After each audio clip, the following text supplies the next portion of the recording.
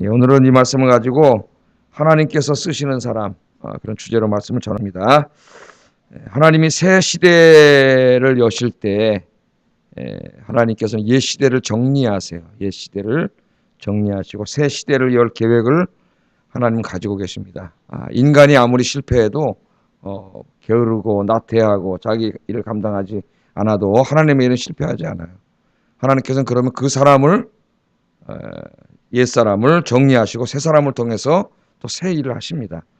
그래서 이 말씀을 읽으면서 가슴이 뜨끔했어요. 뜨끔했습니다.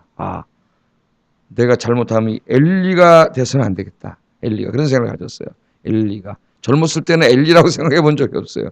제 나이가 조금 먹어가면서 자칫하면 나의 마음속에 나태한 이런 것들이 들으면 자칫하면 엘리가 될 수도 있겠다. 하나님이 늘 새 시대를 열어가시는데 그 새 시대를 열어가는데 쓰임받는 사무엘이 돼야지. 우리가 저를 포함해서 우리 모두가 저 사람 안 되겠다. 하나님 이렇게 해서 저 사람 정리하고 새로운 사람으로 새 일을 시작해야 되겠다 하는 이런 엘리가 돼서는 안 되겠다. 그런 생각을 가졌어요. 저는 저로서 굉장히 그런 이렇게 경각심이랄까요? 하나님이 말씀을 묵상하는데 정신을 번쩍 나게 하셨는데 오늘도 여러분 말씀 들을 때 정신이 번쩍 나시기를 주의 이름으로 축복합니다. 오늘 정신이 번쩍 나야 돼요. 이 말씀을 듣고. 자, 사무엘이 하나님을 섬기던 시대는 하나님의 말씀이 희귀한 시대였다. 그렇게 말합니다. 1절 말씀 보면 아이 사무엘이 엘리 앞에서 여호와를 섬길 때에는 여호와의 말씀이 희귀하여 이상이 흔히 보이지 않았더라. 이렇게 말씀을 합니다. 그럼 특별히 그 아모스 8장 11절에 보면 유명한 말씀이 있죠. 보라 날이 이를지라 내가 기근을 땅에 보내리니. 여러분 기근이 오면 얼마나 고통스럽겠어요. 사람들이. 근데 내가 기근을 땅에 보내 마지막에. 그런데 이 기근이 어떤 기근이냐면은 양식이 없어 주림이 아니고 물이 없어 가람도 아니고 여호와의 말씀을 듣지 못한 기갈이라 그랬습니다. 마지막 때. 가장 비참한 게 뭐냐면 하나님의 말씀을 듣지 못하는 거예요. 비가 안 오면 이제 땅이 가뭄이 들고 그렇게 되지 않습니까? 곡식이 없고 하나님의 말씀이 없는 이게 가장 저주스러운 상황이 되는 거죠. 하나님 말씀하지 않아요. 하나님 말씀이 없어요. 더 이상. 그런 상태입니다. 그런데 지금 이 사무엘이 살던 시대가 바로 그런 시대예요. 여호와의 말씀이 희귀한 시대다. 희귀하다는 말은 여호와의 말씀이 물론 긍정적으로 뜻하면 값비싼 그런 뜻도 있습니다. 단어에 그러나 여기서는 좀처럼 하나님의 말씀이 이 사회에 없다는 거예요. 하나님의 말씀이. 그러니까 그 하나님의 말씀이 없다는 게 뭐예요? 그 시대를 사는 사람들의 마음속에 하나님의 말씀이 없다는 거죠. 하나님의 말씀에 대한 관심도 없고 하나님의 말씀을 그렇다고 막 이렇게 들으려고 하는 열심도 없고 그러니까 당연히 하나님 말씀 모르니까 하나님 말씀대로 살고자 하는 그런 사람도 없는 거예요. 그러면 이 일을 누가 감당해야 되냐면 당시에는 제사장이 감당을 해야 돼. 엘리 제사장과 두 아들 홈니와 비누아스가 설사 그렇다 할지라도 사람들이 이 하나님의 말씀을 자기들은 하나님의 말씀을 묵상하면서 이 말씀이 희귀해지지 않도록 어떻게 해야 돼요? 성도들을 일깨우고 말씀을 가르치고 이런 일들을 열심히 해야 되는데 이 엘리와 홈니 비누아스 마음에 그런 마음이 없어요. 나태하고 게으르고 그냥 주님이 맡겨진 일도 제대로 감당하지도 않고 그냥 나태함과 게으름밖에 없어요. 그냥 시간 때우고 그냥 어제도 말씀드렸지만 성전에 성도들 가져오면 그냥 그거 지가 집어먹고 그냥 편안하게 살고 그런 거 외에 하나님 맡겨준 이 말씀을 가르치고 선포하는 일에 막 이 열정이 있고 막 그래서 연구하고 막 가르치고 싶고 선포하고 싶고 이런 뜨거운 마음이 없어졌다는 거예요. 제사장 마음에서. 이게 다 복합된 거예요. 복합된 거예요. 그래서 제가 지난주에 토요일날 우리 교육자들하고 교육자 회의 토요일마다 이렇게 한 30분 뭐 40분 이렇게 강연을 하는데 설교 뭐 이렇게 얘기하다 그런 얘기를 했습니다. 우스갯소리로.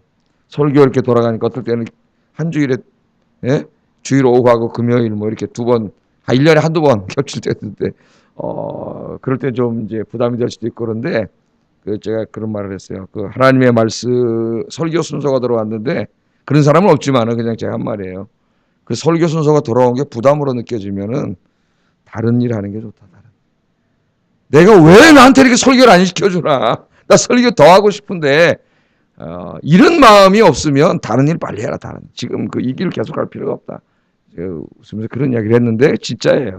그 이야기는. 우리 안에 교육자들의 마음속에는 하나님의 말씀을 먼저 자기가 묵상하고 연구하면서 말씀에 대한 그 깨달음과 눈물과 그런 게 있어야죠. 이 말씀. 그 다음에 그 깨달은 게 있으면 어떻게 하고 싶을까요? 우리 목회는 전하고 싶어요. 이거 설교하고 싶고.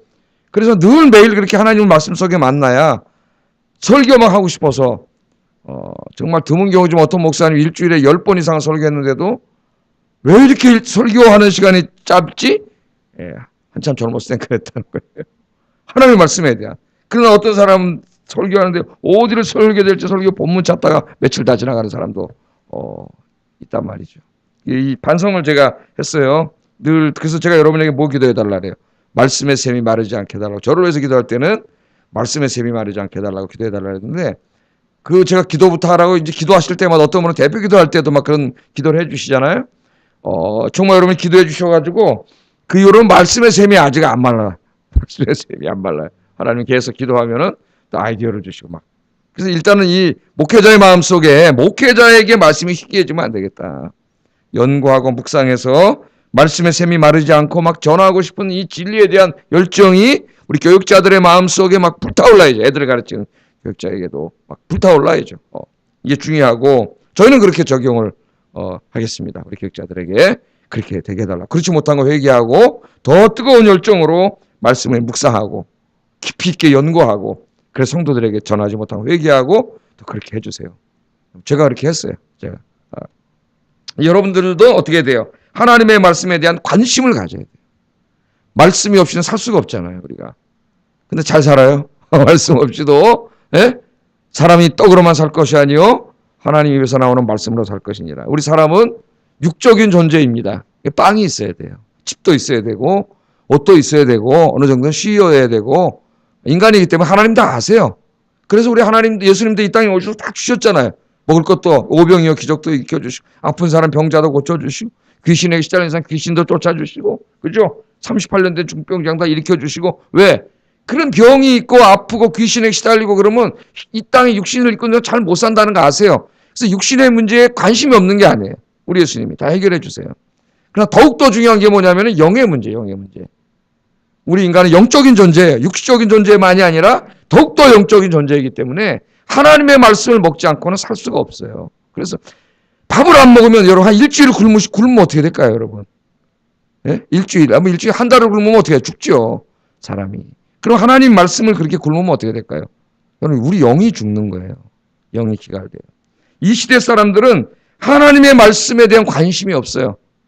제사장 책임이고 첫째는 두 번째 그 사람들 책임이에요. 누구 핑계댈 게 없어요. 하나님 율법의 말씀 좀 찾아와서 말씀 좀 가르쳐 주세요. 그런 게 없어요. 제가 옛날에 군 생활할 때 이제 군정실에 우리 이렇게 앉아 있는데 동네 아이들이 중학교 1학년짜리 아이가 몇 명을 데려와 가지고 군인 아저씨들이 이제 신학교 다니다 온 분도 있고 그러니까 와서 하는 말이 성경 좀 가르쳐 주세요. 성경 좀. 깜짝 놀랐습니다. 시골에 없잖아요, 아무도. 중학교부터 다 유학 나가버려, 바깥으로. 아무도 없어요. 초등학교 6학년짜리가 섬에 가보니까 초등학교 6학년짜리가 보조교사를 하고 연세가 60이 넘으신 사모님 주일학교 반사고 초등학교 6학년이 보조교사예요. 우리 애들이 고등학생인데 다 아직 어린애 같은데 초등학교 6학년 시골에 보조교사를 하더라고. 성경은 누가 가르쳐 줄 사람이 없으니까 성경 가르쳐 주세요. 나 걔가 지금 뭐가 됐는지 굉장히 궁금해요. 제가 그때 22인가 3인가 그랬으니까 나이가 걔가 그때 중3이니까 저거 9살 차이니까 지금 46살쯤 됐겠네요. 이야, 그래가지고 성경 좀 가르쳐 주세요. 그렇게 하나님 말씀에 대한 관심. 네. 여러분 좀 저한테 와서 성경 좀 가르쳐 주세요. 여러분 내가 진짜 매일 새벽에 내가 성경 좀 가르쳤으면 좋겠어요. 우리 본당에 다 모아놓고 제가 매일 가르쳐 드릴 테니까.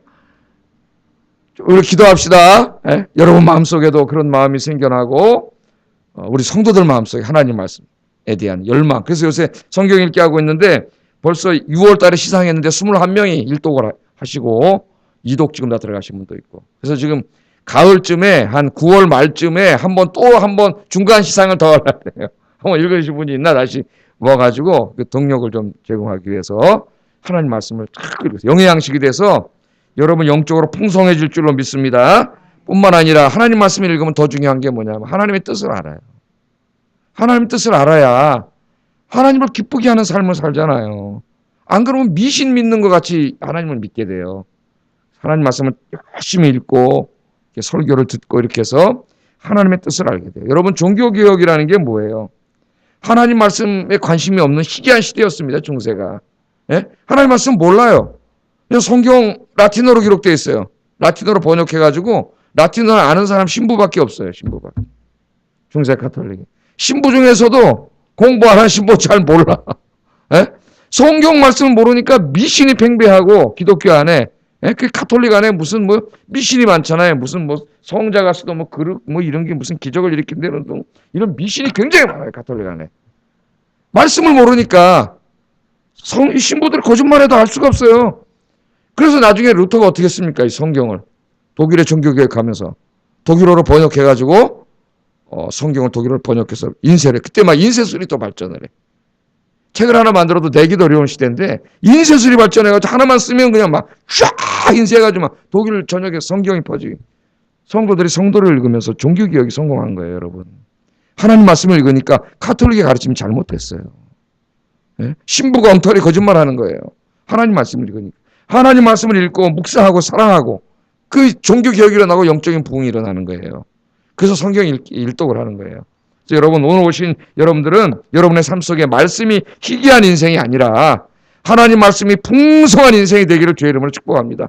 말씀을 너무 달아가지고 시편 기자처럼 꿀송이보다 더 답니다. 이 말씀이. 한번 성경이 있다가 너무 달아서 놓지를 못하는 꿀송이로 한번 찍어 먹으면 계속 찍어 먹어야 되잖아요. 여러분, 달아가지고. 네? 너무 하나님 말씀이 달아서 여러분의 삶 속에 말씀이 풍성하고 말씀대로 살고자 하는 여러분의 삶이 가득하고 말씀을 많이 드셔서 영적으로 강건해지는 우리 아영교회 성도님들 되시기를 주의 이름으로 축복합니다. 말씀이 희귀하여 이상이 흔히 보이지 않았더라 그랬어요. 말씀이 희귀하여 이상이 보이지 않았더라. 여기 이상, 하나님이 보여주시는 비전인데 제사장이나 선지자들에게 보여주셨어요. 그럼 제사장이나 선지자가 그 이상을 보고 성도들에게 하나님의 뜻을 알려줘야 되는데 여기 제사장이 다 타락해버렸기 때문에 하나님의 뜻을 알려주지 못해요.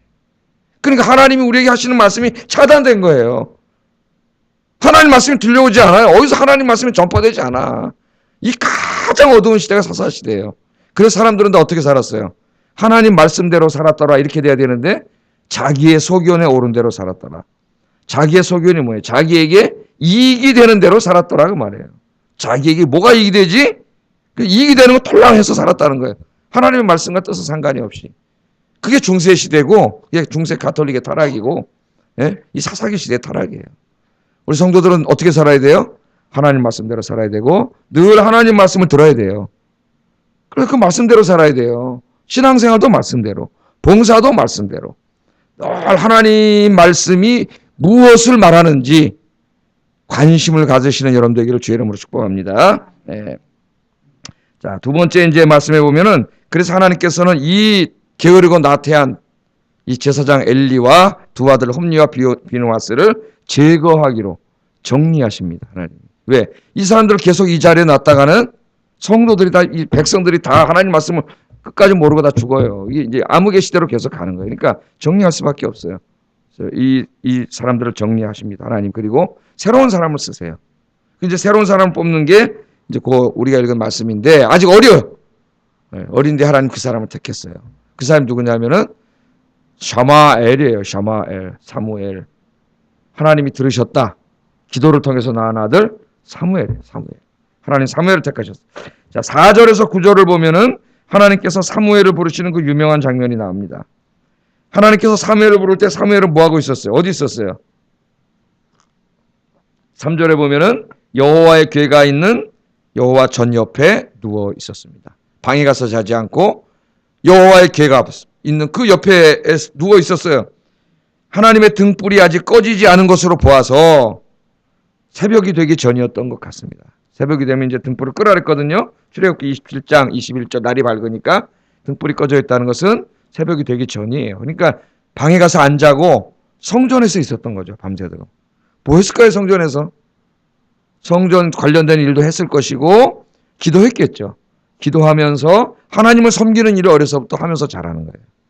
하나님의 눈은 저기 있는 제사장 3명에게 있는 게 아니라 진실하게 하나님을 섬기면서 자라고 있는 사무엘에게 있습니다. 여기는 이미 촛대로 옮겼어요. 여러분, 하나님이요 끝까지 사랑으로 우리 인내로 기다려 주시지만은 하나님의 한계를 넘어버리면 하나님이 어떻게 촛대로 옮긴다 그랬어요. 그럼 하나님이 이 사람에게 줬던 일을 다 옮겨요. 다른 데로, 다른 사람에게로. 여러분, 촛대가 옮겨가는 이 제일 불행한 인생이에요. 여러분, 하나님 쓰시는 사람, 오늘 제목이 뭐예요? 하나님 쓰시는 사람. 하나님 보실 때 사무엘 저 밤새도록 성전에 있으면서 주의 일, 맡겨진 일들을 감당하고 기도하는 저 사람을 써야 되겠다. 인간이 봐도 그 사람 쓰지 않겠습니까, 여러분? 그런 사람 귀하죠. 서로 데려가려고 그러죠. 그런 사람 있으면 평생 같이 일하고 싶죠. 그런 사람 있으면 하나님 사무엘을 본 거예요. 사무엘 언약궤가 있는 곳에서 밤늦게까지 기도하며 성전 일을 하다가 아마 잠깐 피곤해서 잠이 들었던 것 같습니다. 근데 거기에 하나님이 찾아오셨어요. 하나님 몇 번 부르셨어요? 3번이나 사무엘을 부르셨습니다. 사무엘아, 사무엘아. 누가 자기를 부른다고 하네, 자다 깨니까. 근데 이때까지 하나님의 음성을 직접 들어본 적이 없어요, 사무엘이. 그러니까 엘리가 부르는 줄 알았어요. 엘리가 부르는 줄 알고 오늘 성경에 보면 3번이나 엘리에게 쫓아가잖아요. 날 부르셨냐고 그렇게 쫓아가잖아요. 7절 한번 읽어볼까요? 7절 시작.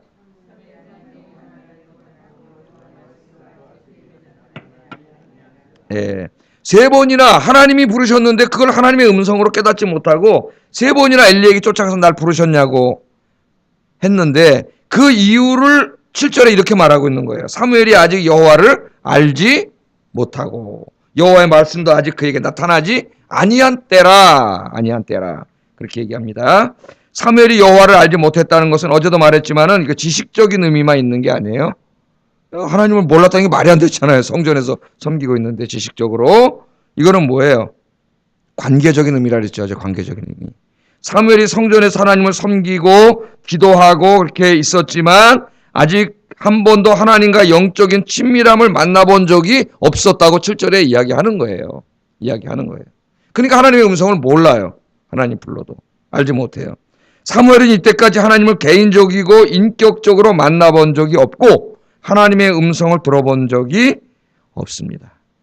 이성적으로는 다 알고 있죠. 머리로는 알고 있어요. 하나님을 만난 적이 없어요. 어제도 강조했지만은 하나님에 대해서도 알아야 되지만 정말 중요한 거는 뭐냐면은 하나님을 내가 인격적으로 만나는 거예요. 하나님을 내가 인격적으로 만나야 내가 변화되잖아요.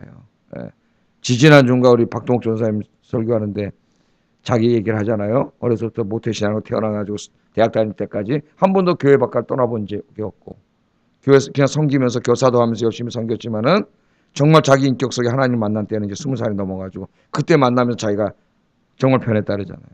예? 우리가 교회를 오래 어려서부터 다니면서 그냥 교회 문화 속에 이렇게 쭉쭉 20년, 30년 다닐 수 있습니다.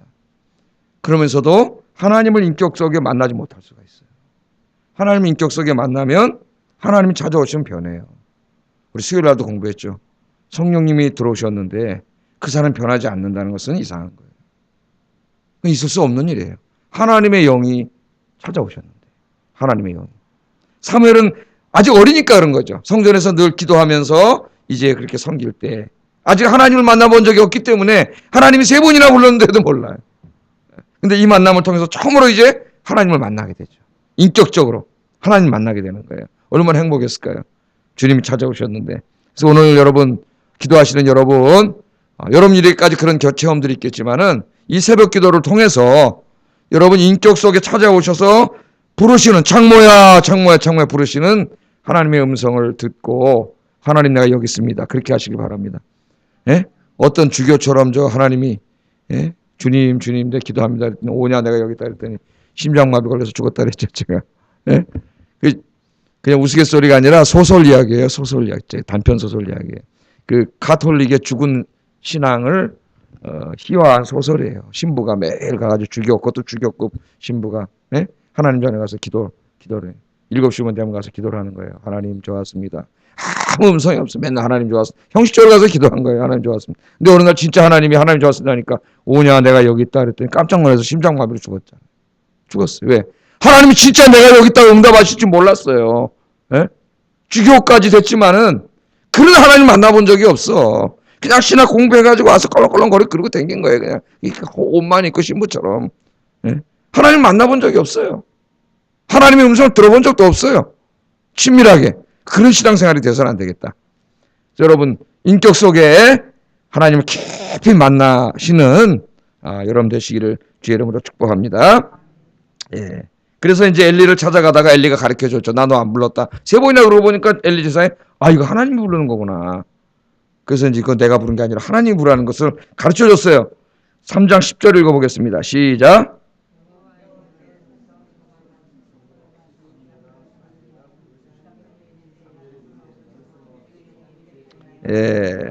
엘리가 가르쳐 줬죠. 그래서 사무엘이 가서 네 번째는 앉아있더니 또 하나님이 사무엘아 사무엘아 부르시는 거예요. 그래서 이제 제사 엘리가 가르쳐 준 대로 말씀하옵소서 주의 종이 듣겠습니다. 하나님 말씀하시면 어떻게 해야 돼요? 들어야죠. 예. 지금 하나님 어떻게 말씀하세요? 성경 읽을 때 말씀하시고 설교 들을 때 말씀하세요. 저 설교 나한테 하는 설교 같네? 그때가 뭐예요? 하나님 나에게 말씀하시는 거예요. 근데 이 사람들이 나에게 하시는 말씀인 것 같네? 그게 축복이고 막 돈 벌고 막 이런 말씀이면 아멘 하는데 그 말씀이 꼭 나의 잘못을 지적하는 말씀인 것 같으면 어떻게 해야 돼요? 나를 까네? 까긴 내가 여러분을 왜 까요? 말씀으로. 어떤 시험이 들 때는 그런단 말이에요. 그게 나를 책망하는 말로 들리든 나를 위로하는 말로 들리든 나에게 들린다면은 지금 축복이에요. 그거는 누가 나에게 말씀하시는 거예요? 하나님 말씀하시는 거예요. 근데 아멘으로 받아야 돼요. 나의 잘못을 보게 하실 때는 회개. 나에게 위로가 될 때는 위로를 받으세요. 하나님이 응답을 약속하시는구나. 그 하나님 말씀하시는 거예요. 근데 이렇게 못 들어도 안 되고, 우리는 늘 하나님 말씀을 들어야 돼요. 이렇게 주의 종이 듣겠습니다. 이런 자세로 들어야 된다는 하나님 말씀은. 주의 종이 듣겠습니다. 주님 오늘 깨닫게 하시니 내 죄가 생각나는데 죄송합니다 하나님. 내일부터 이렇게 안 살겠습니다. 이렇게 하면 되는 거고.